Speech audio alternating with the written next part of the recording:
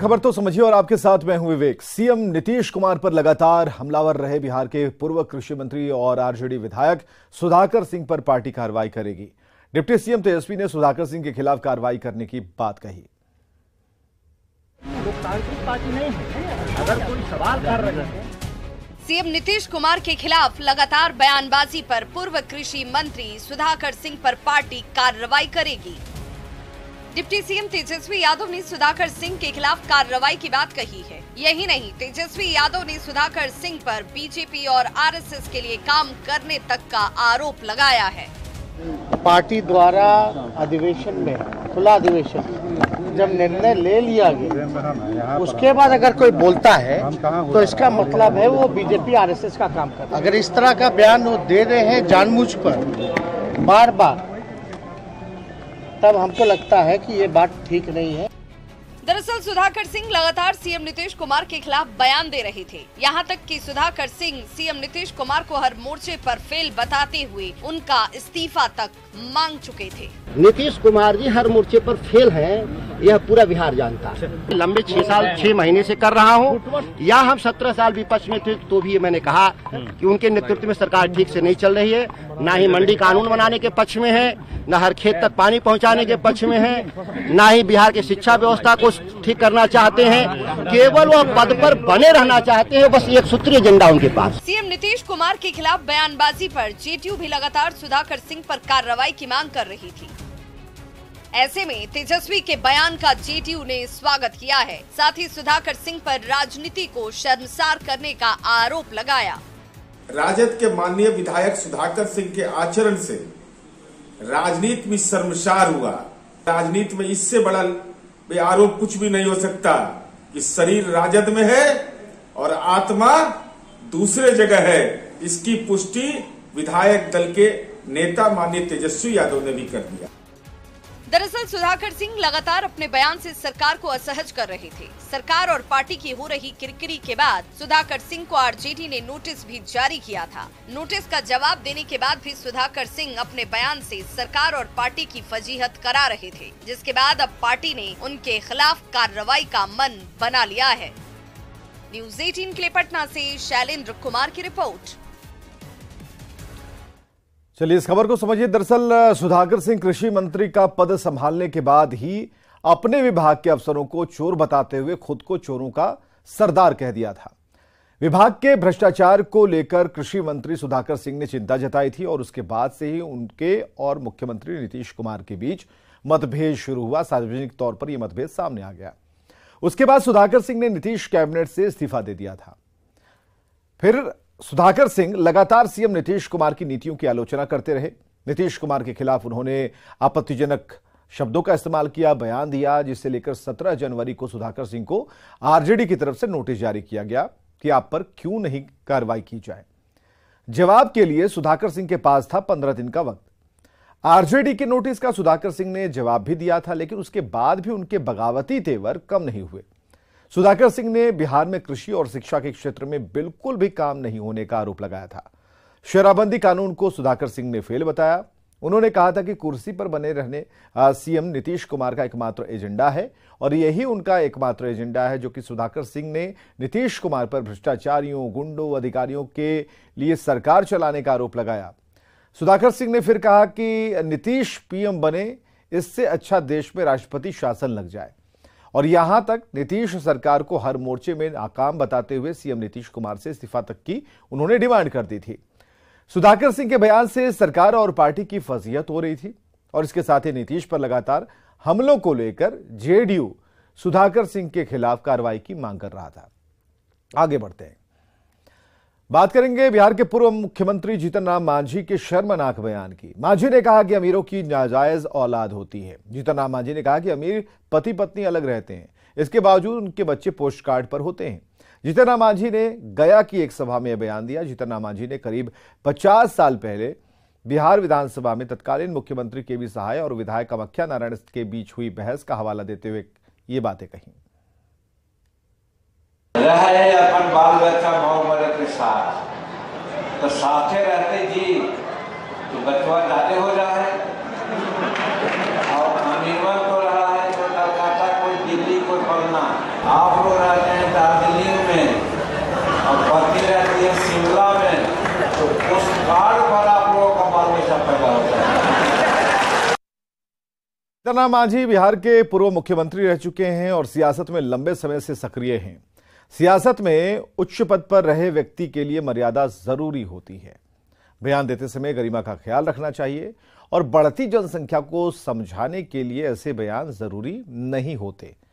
जीतन मांझी के शर्मनाक बयान की चौतरफा निंदा हो रही है। महिला संगठनों ने मांझी के बयान पर नाराजगी जताई। मांझी के बयान को महिला समाज का अपमान बताया है और मांझी के सहयोगी दलों के नेताओं ने भी मांझी के शर्मनाक बयान का विरोध किया। नई पार्टी बनने के बाद राष्ट्रीय लोक जनता दल के राष्ट्रीय अध्यक्ष उपेंद्र कुशवाहा कल से यात्रा पर निकल रहे हैं। पश्चिमी चंपारण के भितिहरवा से कुशवाहा की विरासत बचाओ नमन यात्रा का शुभारंभ होने वाला है।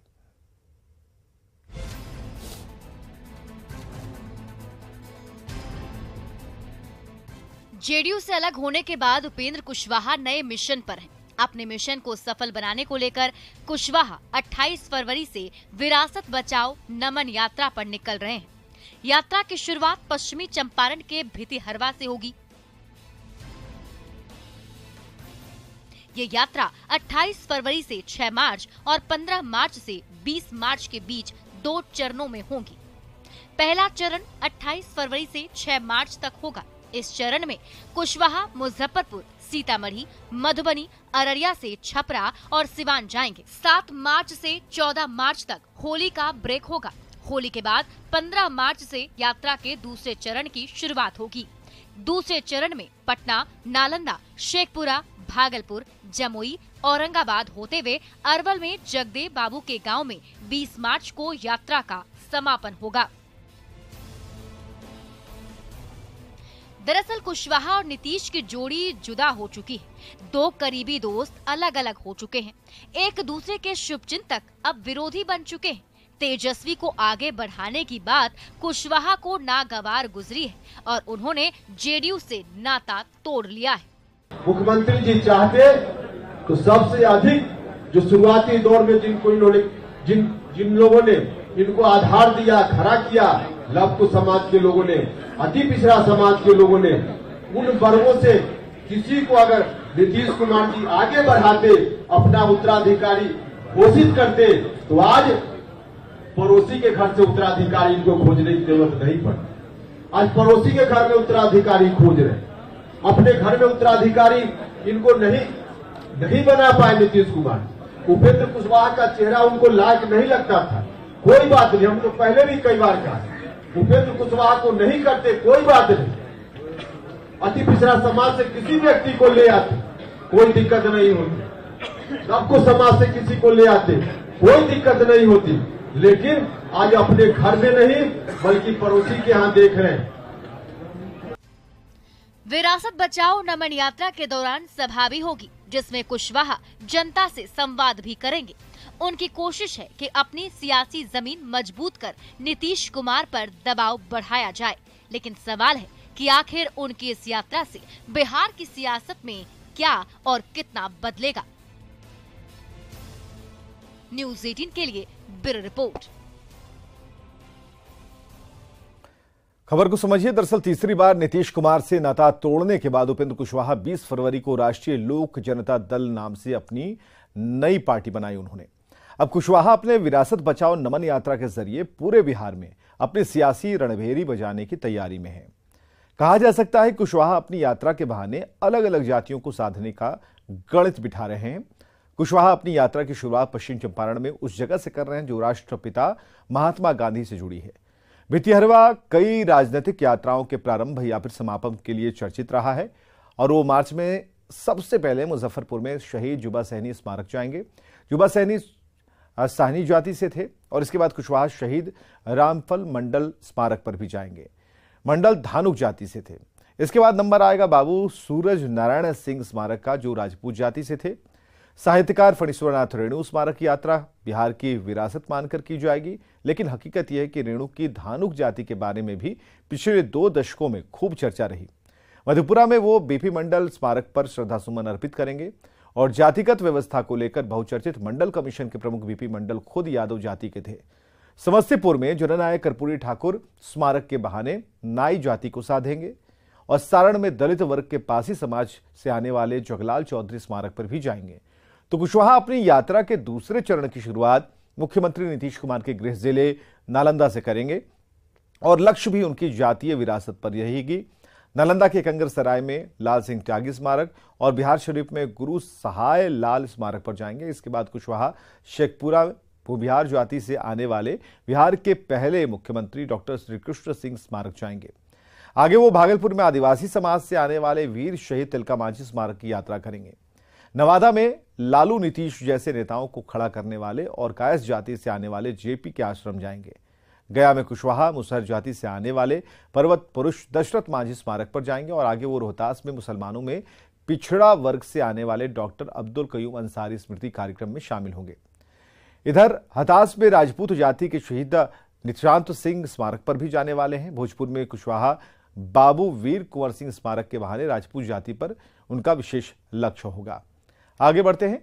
बिहार में नीतीश कैबिनेट के विस्तार को लेकर चर्चा का बाजार गर्म है। बताया जा रहा है कि कांग्रेस ने मंत्री पद को लेकर 2 सदस्यों का नाम भेजा है।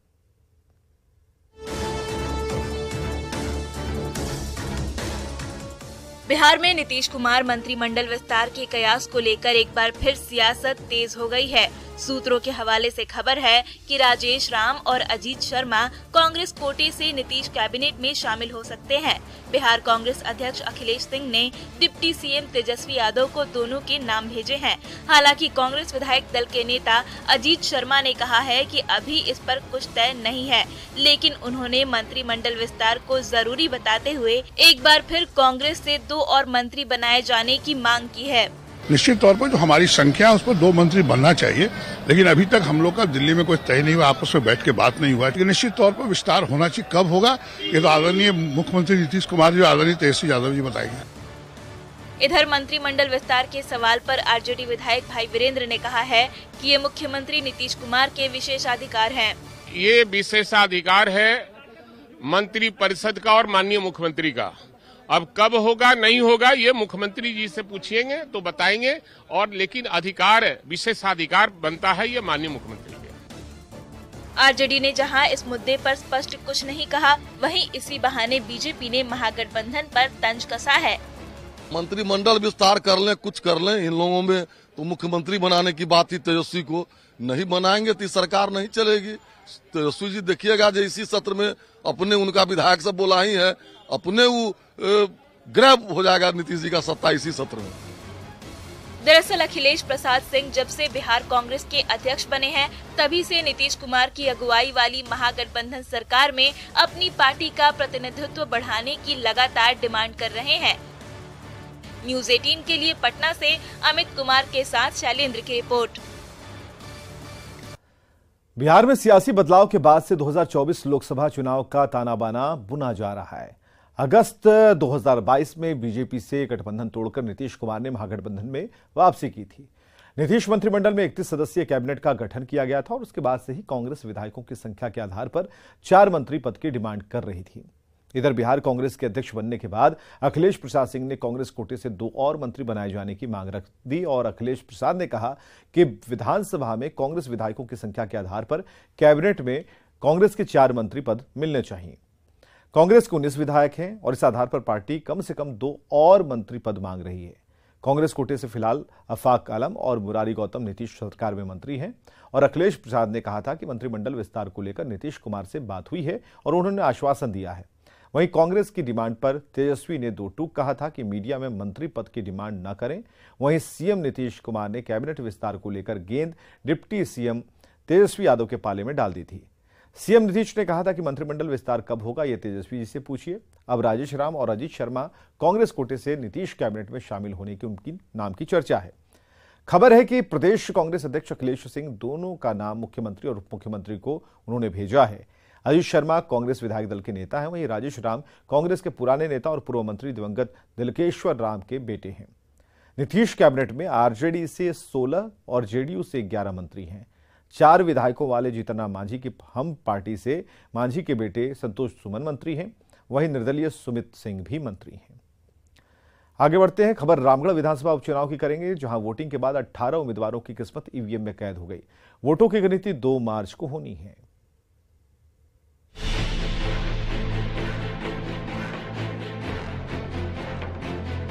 रामगढ़ विधानसभा उपचुनाव के रण में जनता ने अपनी भागीदारी पूरी कर दी है। सुबह से ही मतदान केंद्रों पर वोटर्स का जबरदस्त उत्साह देखने को मिला। युवाओं से लेकर बुजुर्गों का हुजूम अपने विधायक को चुनने के लिए उमड़ा रहा।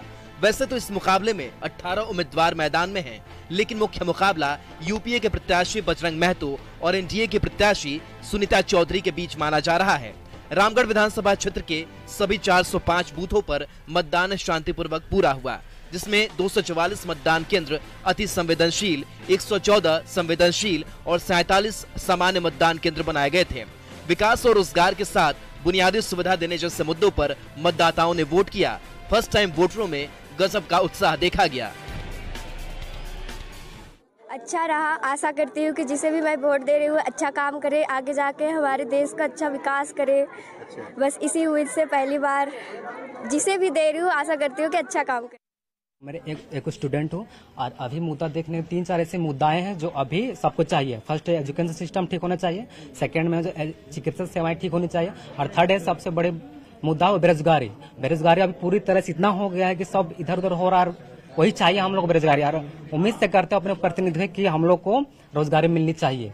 रामगढ़ के चितरपुर प्रखंड के राजवल्लभ हाई स्कूल सांडी में पहुंचकर एनडीए प्रत्याशी सुनीता चौधरी ने अपने पूरे परिवार के साथ मतदान किया। सुनीता चौधरी ने अपने पति चंद्र प्रकाश चौधरी, अपनी सास और बेटी सोनल के साथ वोट डाला। जो आपके साथ हैं अपने अच्छे नेता को चुने और अपना वोट दे। देखिए मतदाता जो हैं काफी जागरूक हैं, खास करके रामगढ़ की जनता। वोट करने आए 94 साल के बुजुर्ग ननकुनाथ चौधरी वोट करने पहुंचे तो बताया कि देश में 1952 में होने वाले पहले आम चुनाव से लेकर अब तक सभी चुनाव में अपना वोट डाल चुके हैं। एक ही वोट का तो जिक्र कीजिएगा, जो कम बेसी एक वोट, यानी एक वोट से बहुत फर्क पड़ता है, जीत और हार तय होता है। हाँ, उसी तरह से आपका अटल बिहारी वाजपेयी थे, एक वोट के थे हारे थे। बहरहाल 18 प्रत्याशियों के भाग्य का फैसला अब ईवीएम में कैद हो चुका है। इंतजार अब 2 मार्च का है कि किस उम्मीदवार के सिर पर जीत का सेहरा सजता है। Bureau report, news 18। रामगढ़ के रण को भी समझिए। रामगढ़ विधानसभा उपचुनाव के लिए बम्पर वोटिंग हुई और उपचुनाव में 18 उम्मीदवारों की सियासी किस्मत ईवीएम में कैद हो गई। मुख्य मुकाबला कांग्रेस और आजसू के बीच है। कांग्रेस और आजसू के साथ साथ बीजेपी और जेएमएम की प्रतिष्ठा दांव पर है, क्योंकि रामगढ़ उपचुनाव की जीत हार से गठबंधनों की मजबूती का पता चलेगा। यहां समझने वाली बात यह है कि कांग्रेस प्रत्याशी बजरंग महतो पर पूर्व विधायक पत्नी ममता देवी की विरासत बचाने की जिम्मेदारी है, जिनकी सदस्यता जाने के बाद विधानसभा का उपचुनाव हुआ।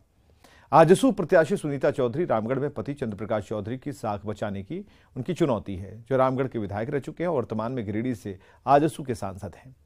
2 मार्च को विधानसभा उपचुनाव का परिणाम आएगा।